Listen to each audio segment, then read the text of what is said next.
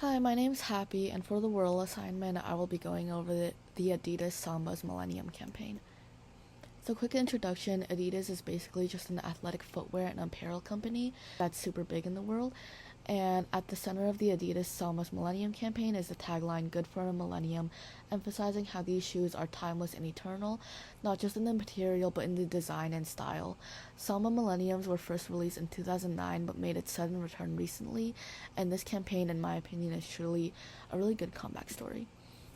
So the first campaign goal I will be going over is how it shifts its sales and focus.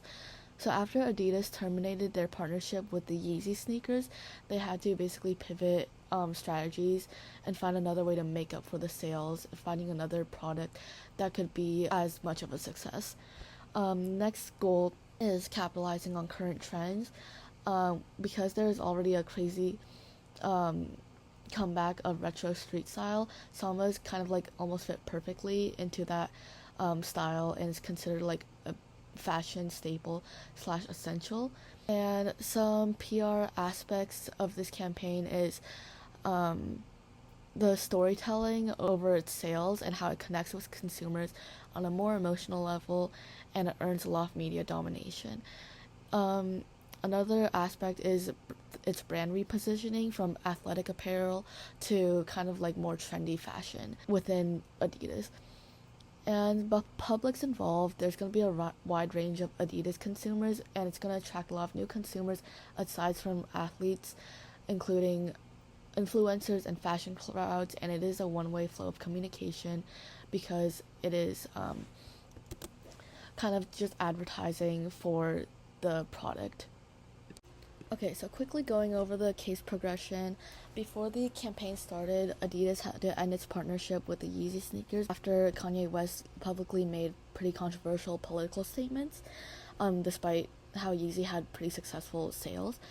Um, so after that, they just pivoted and found the next most marketable thing, which was the Sambas, and they collaborated with a clothing brand called Adsum for that.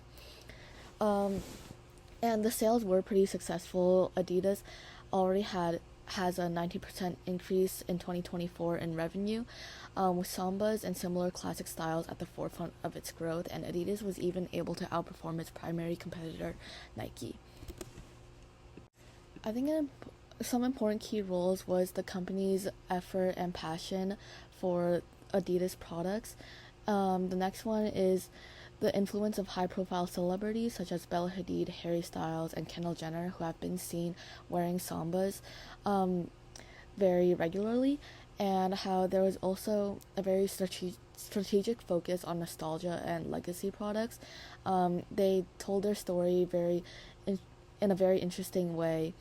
I think Adidas really stayed true to their roots by bringing back a product that was released over a decade and a half ago.